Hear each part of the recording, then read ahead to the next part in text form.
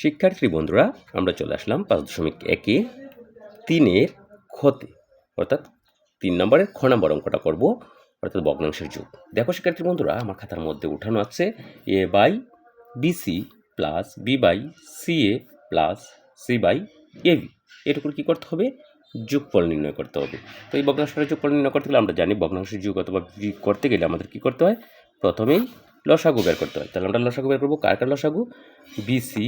আমরা লসাগুটা একটু বের করে যদি দেখাই, এইখানে আছে হচ্ছে বিসি আর হচ্ছে সিএ আর হচ্ছে এবি। তাহলে বিসি সিএ এবি লসাগু কী হয় শিক্ষার্থী বন্ধুরা? এটা লসাগু হয় হচ্ছে এবিসি। এটা লসাগু কী হয়? এবিসি। আমরা এবিসি নিচে লিখে দেব, এ বি সি। লসাগু বের করে ফেললাম।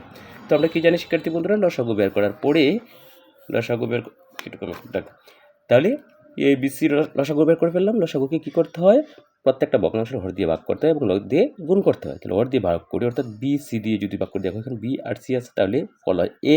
তাহলে এ দিয়ে একে গুণ করতে হবে। তাহলে এ দিয়ে যদি একে গুণ করি স্কোয়ার, আমি সরাসরি গুণ করে বসাইয়া দিচ্ছি। প্লাস দিয়ে দিলাম প্লাস। শিক্ষার্থী বন্ধুরা, এখানে দেখো সি এ আছে, তো সি এ দিয়ে যদি আমি এ বি সিকে ভাগ করি, তাহলে সি একে ভাগ করা যায়, থাকে হচ্ছে বি। বি দিয়ে বিকে গুণ করলে হচ্ছে বি স্কোয়ার। তারপরে শিক্ষার্থী বন্ধুরা দেখো প্লাস চিহ্ন আছে, আমি প্লাস চিহ্ন দিয়ে দিলাম।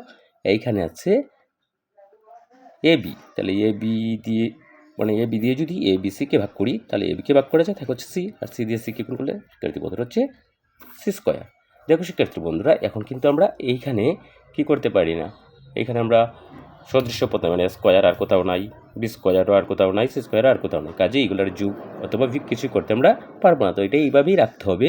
তাহলে A square plus B square plus C square by A B C, এটাই কিন্তু তার আনসার শিক্ষার্থী বন্ধুরা। এইভাবেই আমরা খুব সহজেই ভগ্নাংশের যোগ অথবা বিয়োগ অঙ্কগুলো করে ফেলতে পারি। তো ধন্যবাদ শিক্ষার্থী বন্ধুরা, ভালো থাকো সবাই।